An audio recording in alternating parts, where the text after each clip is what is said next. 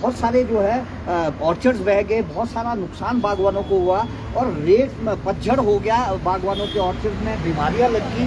और इस मॉनसून ने जो है हमारी फसल को, एक तो पहले ही आधी फसल थी उसको और आधा कर दिया।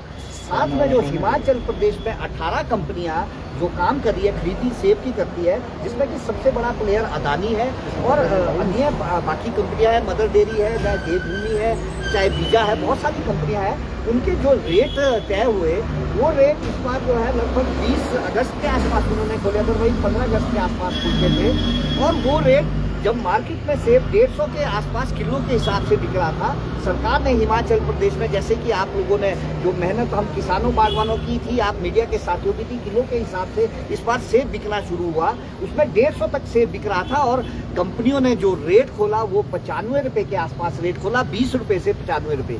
यानी कि कंपनियों ने इस बार भी बागवानों को जो है वो अपने चुंगल में खाने का एक कोशिश की और नाकाम कोशिश की, जिसमें कि इस बार भी जो है एक्सप्लॉइट करने का एक बड़ा षड्यंत्र जो है कंपनियों के द्वारा यहाँ किया गया। और इतने कम दाम खोलेंगे और उस दाम को जो है किसानों बागवानों ने नकारा है।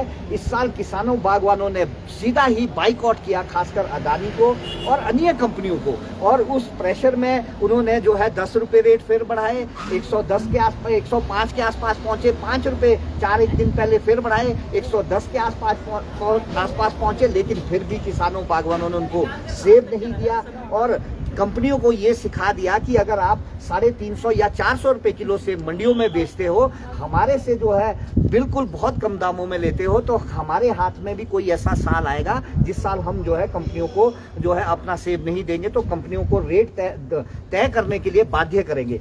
एक आप सबके चैनल के माध्यम से मैं बड़ी बात बताना चाहता हूं कि पिछली बार भी पूर्व की सरकार में भी बड़ी कोशिश की गई कि भी दाम तय किए जाए कंपनियों के द्वारा। उसमें कमेटी हाई पावर बनाई गई, जिसमें जब संयुक्त किसान मंच ने आंदोलन किया तो उस कमेटी का मैं भी सदस्य रहा। लेकिन यहाँ नियम कोई नहीं थे। एक नियम है भारत सरकार के अंदर, जिसको कहते हैं आपका कंपटीशन जो एक्ट है भारत का 2002 का, उसमें जो है प्रावधान है, कोई भी कंपनियां जो है दाम वो अपने हिसाब से नहीं तय करती, मानकों के हिसाब से तय किए जा सकते हैं, उसको लागू किया जाए।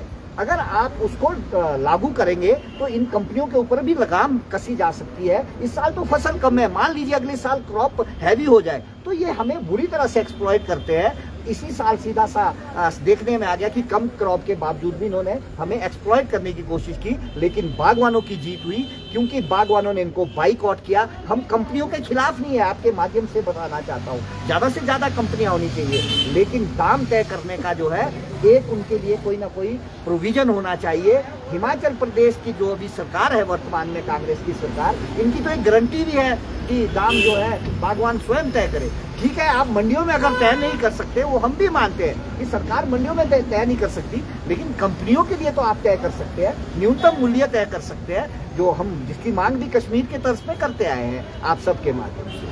अभी ओवरऑल देखा जाए तो क्या कंपनीज रेट देने में सफल रही है, जो या फिर जो मार्केट में, ओपन मार्केट में बेचा जा रहा है, आड़तों में बेचा जा रहा है, या वहाँ पर अच्छे रेट्स मिल रहे हैं? देखिए, बागवानों को अच्छा रेट तो अभी मार्केट में मिल ही रहा है, क्रॉप कम है और डिमांड ज्यादा है, मार्केट में अच्छा रेट मिल रहा है, तभी तो किसानों बागवानों ने बाइकआउट किया है। हिम्मत भी तभी की है क्योंकि बागवान त्रासदी से जूझ रहा है। इस बार तो वैसे भी कंपनियों को जो है ज्यादा रेट खोलने चाहिए थे कि हिमाचल में किसानों बागवानों के ऊपर आपदा आई है। जब आपदा के वक्त में भी आप जो है एक्सप्लॉइट करने की सोचेंगे तो वो तो निश्चित रूप से उसका नुकसान आपको भी भुगतना पड़ेगा कभी ना कभी, ये मेरा मानना है।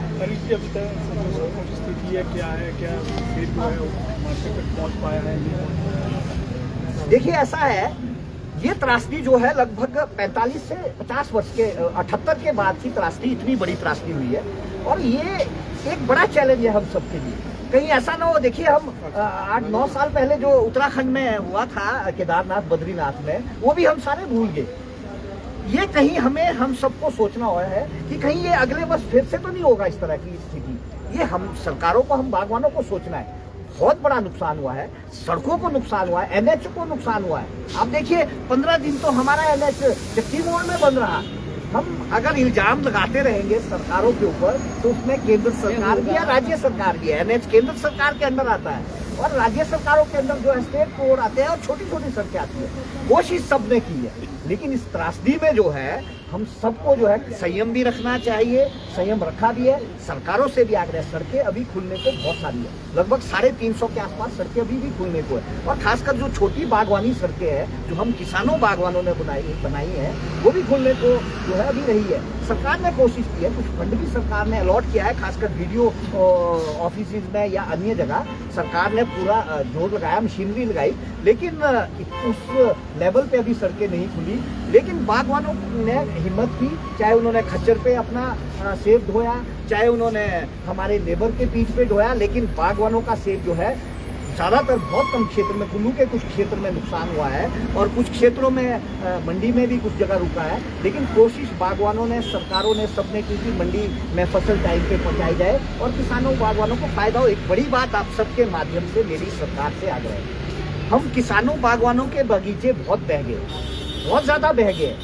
और यहाँ हिमाचल प्रदेश में जोत छोटी है, यहाँ किसी के 2 बीघे का ऑर्चर्ड है, किसी का 1.5 बीघे का ऑर्चर्ड है, और वो कईयों का ऑर्चर्ड के पूरे ऑर्चर्ड बह गए, जो कईयों के 30 साल के ऑर्चर्ड, 40 साल के ऑर्चर्ड, अब उसके पास दूसरी भूमि नहीं बची है। और हिमाचल प्रदेश में all waste land is forest land है 2080 से लेकर। हिमाचल प्रदेश सरकार के पास अपना लैंड बैंक नहीं है। तो मेरा आग्रह आपके चैनल्स के माध्यम से है कि उन किसानों बागवानों को उसके बदले जो है भूमि दी जाए, बैरल भूमि दी जाए, खाली भूमि दी जाए, केंद्र सरकार से बात की जाए। केंद्र से भी मेरा आग्रह है, और यहाँ जो सरकार भारतीय जनता पार्टी है, जो अपोजिशन में पार्टी है, वो भी केंद्र की सरकार से आग्रह करे, सब मिलके ये काम करें। हम किसानों बागवानों को जो अपने घरों को उजड़ गए, कईयों के पास घर भी के लिए भी जमीन नहीं है, उनके लिए सरकार कुछ प्रावधान करे और बगीचों के लिए 5-5 बीघा जमीन जो है जिनकी पूरी तरह बह गई है उनको दे दी जाए। और एक आखिरी और मैं आपके माध्यम से बताना चाहता हूँ, MIS का पैसा हमारा पिछले वर्ष का अभी तक रहा है। ऐसी त्रासदी में हमें MIS का पैसा नहीं मिलेगा तो हम क्या वक्त जो देखेंगे कि सरकार का पैसा, तो हमें MIS का तुरंत सरकार को रिलीज कर देना चाहिए। बेशक आपने 12 रुपए रेट कर दिया, 1.5 रुपए बढ़ाया, उसका हम धन्यवाद करते हैं। हम तो 30 रुपए की मांग कर रहे हैं उसकी भी, जो आपके माध्यम से करते ही आए हैं। लेकिन जो पिछला पैसा अभी तक बचा हुआ है MIS का, कृपया उसको जल्द से जल्द रिलीज करें, मेरा आपके माध्यम से ये।